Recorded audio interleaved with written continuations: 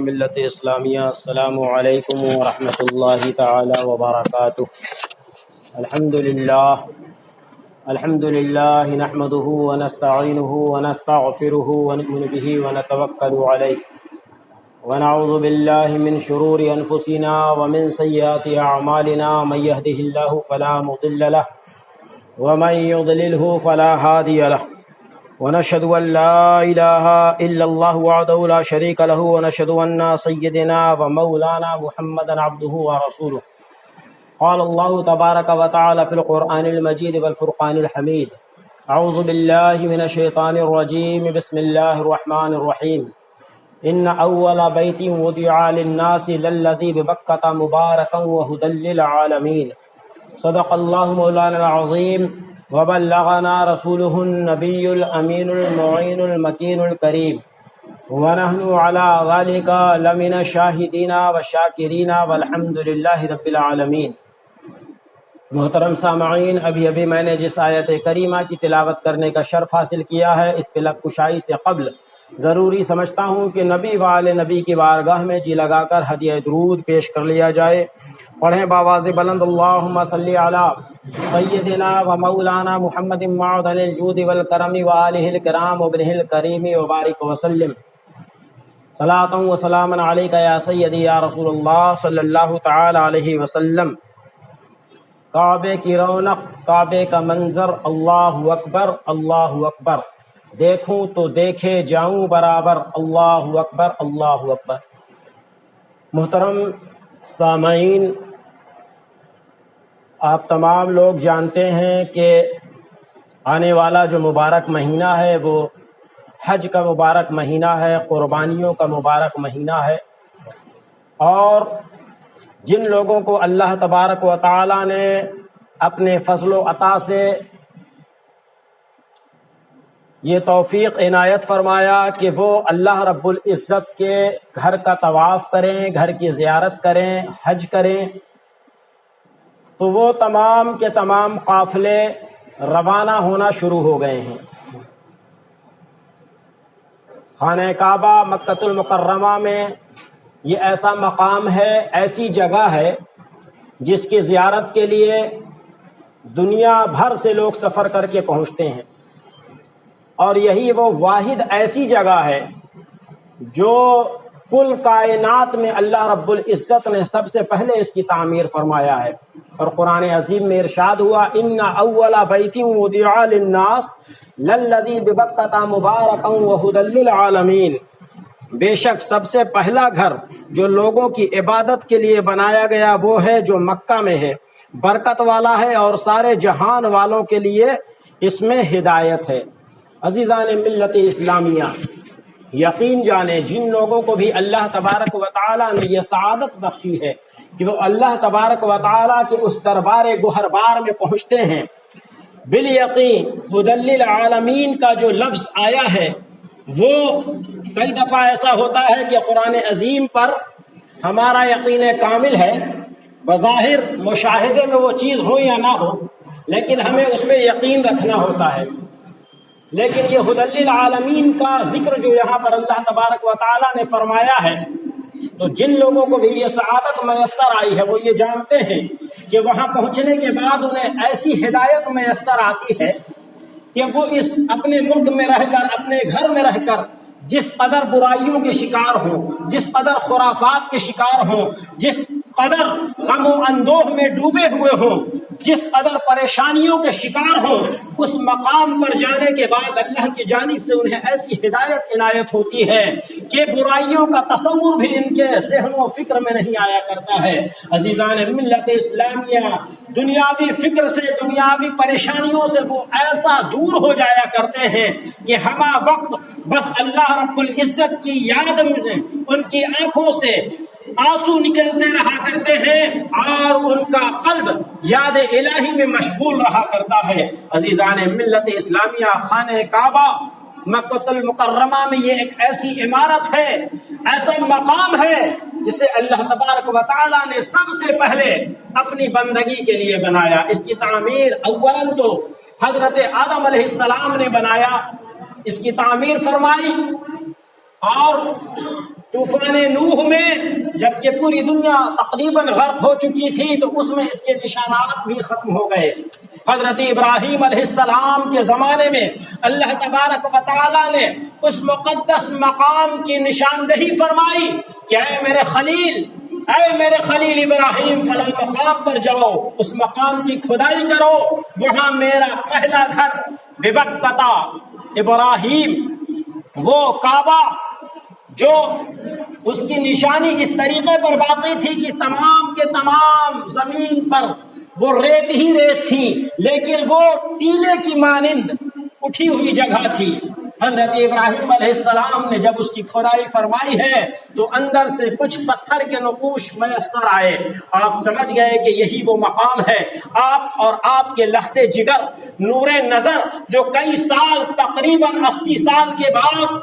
حضرت ابراہیم کی شادی کی 80 سال کے بعد روئے زمین پر تشریف لائے تھے، حضرت اسماعیل علیہ السلام، آپ دونوں مقدس ہستیوں نے مل کر اس خانہ کعبہ کی تعمیر فرمائی ہے۔ اور خانہ کعبہ کی تعمیر کے وقت اللہ تبارک و تعالیٰ کا ایسا فضل ہوتا تھا کہ بادل کا ایسا ٹکڑا آپ کے سروں پر نمودار ہوا کرتا تھا جس سے آپ سایہ اور فرحت محسوس کیا کرتے تھے۔ ورنہ آپ آج بھی جانتے ہیں، جو لوگ گئے ہیں مکہ المکرمہ کی گرمی سے واقف ہیں، وہاں کی تپش سے واقف ہیں، لیکن اللہ تبارک و تعالیٰ کا گھر بنانے کے لیے جب حضرت ابراہیم و اسماعیل علیہ السلام چلے تو رب کی رحمت نے اپنا سایہ کر لیا ان کے اوپر۔ اور ایک وہ معجزاتی پتھر جو آج ہم بہت سارے لوگ اسٹرکچر کا کام لیا کرتے ہیں، ٹیبل کا کام لیا کرتے ہیں، آج ٹیکنالوجی ایسی ہے کہ آپ بس اس کو کھڑا کیجئے تو وہ بالکل سیڑھی کی مانند ہے، اور بند کیجئے تو ایک چھوٹے سے ٹیبل کی مانند ہے۔ یہ آج اسٹرکچرز تیار کیے جا رہے ہیں، لیکن تقریباً 3000 سال پہلے آقا کریم صلی اللہ تعالی علیہ وسلم کے ولادت سے 2000 سال قبل، یعنی 350 سال قبل تقریباً، اللہ تبارک و تعالیٰ نے ایسا اسٹرکچر تیار کیا کہ حضرت ابراہیم علیہ السلام جس پتھر پہ کھڑے ہو کر خانہ کعبہ کی دیوار کو تعمیر فرما رہے ہوتے تھے، جو آپ کی ہائٹ تک آیا، اور جب آپ کے قد و قامت سے اونچا جانا تھا تو وہ پتھر آٹومیٹکلی اونچا ہوتا چلا جاتا تھا۔ یہ اللہ تبارک و تعالیٰ کی قدرت ہے کہ وہ چاہے تو پتھر میں گویائی عطا فرما دیتا ہے، وہ چاہے تو پتھروں میں جان عطا فرما دیا کرتا ہے۔ رب قدیر نے اس پتھر کو ایسا معجزاتی بنا دیا، ایسا باکرامت بنا دیا کہ جو حضرت ابراہیم علیہ السلام کو اونچائی پہ جانے کی ضرورت پڑتی گئی، آٹومیٹکلی وہ پتھر بھی اونچا ہوتا چلا گیا، اور اس پتھر کو رب تبارک و تعالیٰ نے ایسا موم کی مانند بنا دیا کہ حضرت ابراہیم علیہ السلام کے پائے مبارک کا نشان اس پتھر پہ آ گیا۔ جس پتھر کا مقام آج یہ ہے، رسول اکرم صلی اللہ تعالی علیہ وسلم کی حدیث کریمہ سے بھی ثابت ہے اور قرآن عظیم میں بھی آیا ہے کہ جو شخص حج کے لیے جاتا ہے یا عمرہ کے لیے جاتا ہے، وہ طواف کعبہ کرنے کے بعد مقام ابراہیم کے پاس آئے اور 2 رکعت نماز نفل ادا کرے تو اس مقام ابراہیم کے قرب و جوار میں نماز پڑھنے کی برکت سے اس کی دعائیں رب تبارک و تعالی قبول فرما لے گا۔ عزیزان ملت اسلامیہ، یہ مقدس مقامات ہیں جس کی آج ہم تمام لوگوں کے دلوں سے عظمت و حرمت کو نکالنے کی ناپاک کوششیں کی جا رہی ہیں۔ عزیزان ملت اسلامیہ، جب حضرت آدم ابراہیم علیہ السلام کے قدم مبارک سے لگے ہوئے اس پتھر کے کمال کا یہ عالم ہے کہ اس کے قریب جا کر ہم اگر دعائیں مانگتے ہیں، رب قدیر کی بارگاہ میں التجا کرتے ہیں، ملتجی ہوتے ہیں، تو رب ہماری دعاؤں کو قبول فرما لیتا ہے۔ تو پھر غور فرمائیے، جو سردار انبیاء ہیں، جو کل جہان کے مالک ہیں، جنہیں اللہ تبارک و تعالیٰ نے کل جہان کا سردار بنایا ہے، اور کیا ہی شعر کہا ہے کہ بعد از خدا بزرگ تو ہی قصہ مختصر۔ اللہ تبارک و تعالیٰ کے بعد پوری روئے زمین پر اگر سب سے افضل و اعلیٰ برتر و بالا کوئی ذات ہے تو وہ آقا کریم صلی اللہ تعالی علیہ وسلم کی ذات مبارکہ ہے۔ تو ذرا غور فرمائیں کہ جب مقام ابراہیم کا یہ عالم ہے تو جہاں رسول اکرم صلی اللہ تعالی علیہ وسلم آرام فرما رہے ہیں، تو اس مقام پر جا کر اگر ہم التجائیں کرتے ہیں، دعائیں کرتے ہیں، تو بھلا کیوں نہ ہماری دعائیں رب قدیر کی بارگاہ میں قبول و مقبول ہو جائیں گی۔ عزیزان ملت اسلامیہ، بات چل رہی تھی کہ یہ مبارک مہینہ ایسا مہینہ ہے جس میں تمام حجاج کرام حج کے لیے کمر بستہ ہو جاتے ہیں، سفر پہ نکل جاتے ہیں۔ کئی قافلہ جا چکا ہے، کئی قافلے جانے والے ہیں۔ اللہ سے دعا ہے کہ اس مقدس مقامات کی زیارت ہم تمام صاحبان ایمان کی زندگی میں کم از کم ایک بار ضرور اللہ نصیب فرما دے۔ عزیزان ملت اسلامیہ، لیکن صرف دعاؤں سے کام نہیں چلے گا، دعاؤں کے ساتھ تقدیر کے ساتھ اللہ تبارک و تعالیٰ نے تدبیر کو بھی پیدا فرمایا ہے۔ ہم صرف بیٹھ کر اگر دعائیں مانگتے رہے، روٹی ہمارے سامنے ہوگی، کھانا ہمارے سامنے ہوگا، اور ہم دعائیں مانگتے رہے کہ اللہ ہمارا پیٹ بھر جائے، تو نہیں بھرنے والا۔ اللہ نے تقدیر کے ساتھ تدبیر بھی دی ہے۔ تمہاری تقدیر میں روٹی موجود تھی، تمہاری تقدیر میں اس وقت کا کھانا موجود تھا، لیکن اب تدبیر کا تقاضا یہ ہے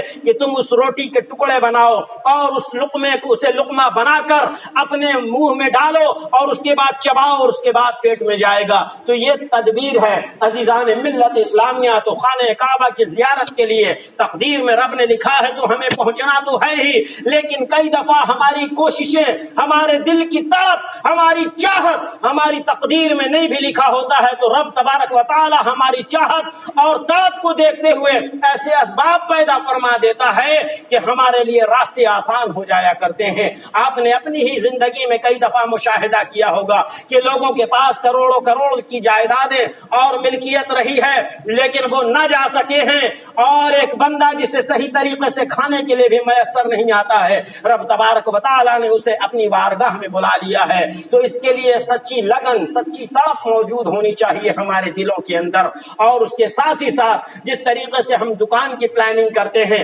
مکان کی پلاننگ کرتے ہیں، گاڑی بنگلے کی پلاننگ کرتے ہیں، اسی طریقے سے ہمارے ذہن و فکر میں ایک پروگرام یہ بھی ہونا چاہیے کہ رب ہمارے پاس اتنے مال و اسباب عطا فرما دے، ہم اپنے بیجا ضروریات فضول خرچ سے بچاتے ہوئے پیسے کو اتنے اکٹھا کر لیں کہ حج کی سعادت میسر آ جائے، اور نہیں تو کم از کم عمرے کی سعادت تو بالیقین میسر آ جائے، کیونکہ آقا کریم صلی اللہ تعالی علیہ وسلم کا ارشاد گرامی ہے، من زار من قبری وجبت له شفاعتی۔ آقا کریم صلی اللہ تعالی علیہ وسلم نے ارشاد فرمایا کہ جس نے میری قبر انور کی زیارت کر لی، اس کے لیے میری شفاعت واجب ہو جائے گی۔ عزیزان ملت اسلامیہ، کم از کم ہم عمرے کی سعادت حاصل کر کے رب کریم صلی اللہ تعالی علیہ وسلم کے محبوب صلی اللہ علیہ وسلم کی روزے کی زیارت حاصل کر کے شفاعت اپنے رسول صلی اللہ علیہ وسلم پہ واجب کروا سکتے ہیں۔ لہٰذا ہماری اور آپ کی یہ عین کوشش ہونی چاہیے کہ فضولیات سے بچنے کی کوشش کیا جائے، بے جا اسراف خرچوں سے بچنے کی کوشش کیا جائے، اور ہمارے دل و دماغ میں یہ ایک پلان سیٹ ہو کہ ہمیں اس مقدس مقام پہ جانا ہے، چاہے وہ حج کی غرض سے ہو، چاہے عمرے کی غرض سے ہو۔ اللہ سے دعا ہے کہ ہم تمام لوگوں کو مقدس مقامات کی زیارت سے سرفراز فرمائے۔ وآخر دعوانا ان الحمدللہ رب العالمین۔ جن کی سنتیں باقی ہیں سنت پڑھ لیجیے۔